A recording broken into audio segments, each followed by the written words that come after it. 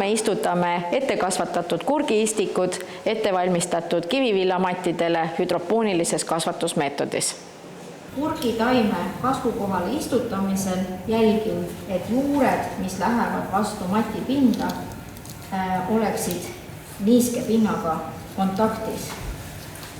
Selleks siis käega või liigutan natukene seda kilet, kergitan kõrgemale ja kontrollin, et kuubik, milles taim paikneb, oleks korralikult mati pinnaga kontaktis. Et ükski juurekene ei jääks välja õhu kätte, sest õhu käes juured kuivavad. Siis vaatan, et toestusnöör oleks kenasti kuubiku alt läbi ja et nöör oleks paraja pinge all. Vajadusel saan ka siis sellega nööri pinget reguleerida, et ma siis annan sealt järgi.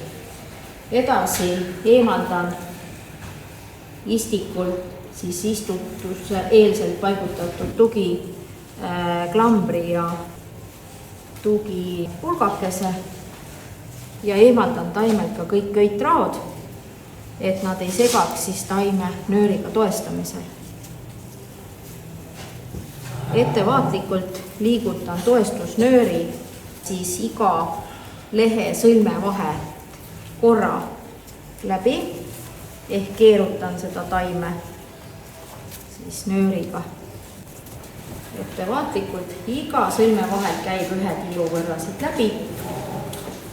Nii kontrollin, et nöör oleks paraja pingusega. Kui vaja on, annan natuke nööri järgi, sest kasvamise käigus läheb nöör üha rohkem ja rohkem pingule. Et ta peab olema selline pehme. Ja siis eemaldan ka siis 4 lehe ulatuses kõik, mis siin lehekaenlas kasvab, kurgi nii-öelda väiksed viljakesed ja ka külgvõrsed, mis siis segavad taime juurdumast, et need tuleb eemaldada selleks, et anda taimele võimalus siis juurte tekkeks, mitte hakata siis kohe vilju moodustama ja kasvatama. Ja ongi taim kenasti istutatud ja toestatud.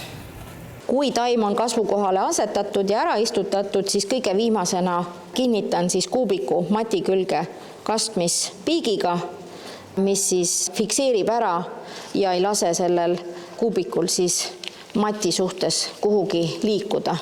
Ja kastmisvesi siseneb siis igale taimele läbi kastmispiigi juuresüsteemi juurde.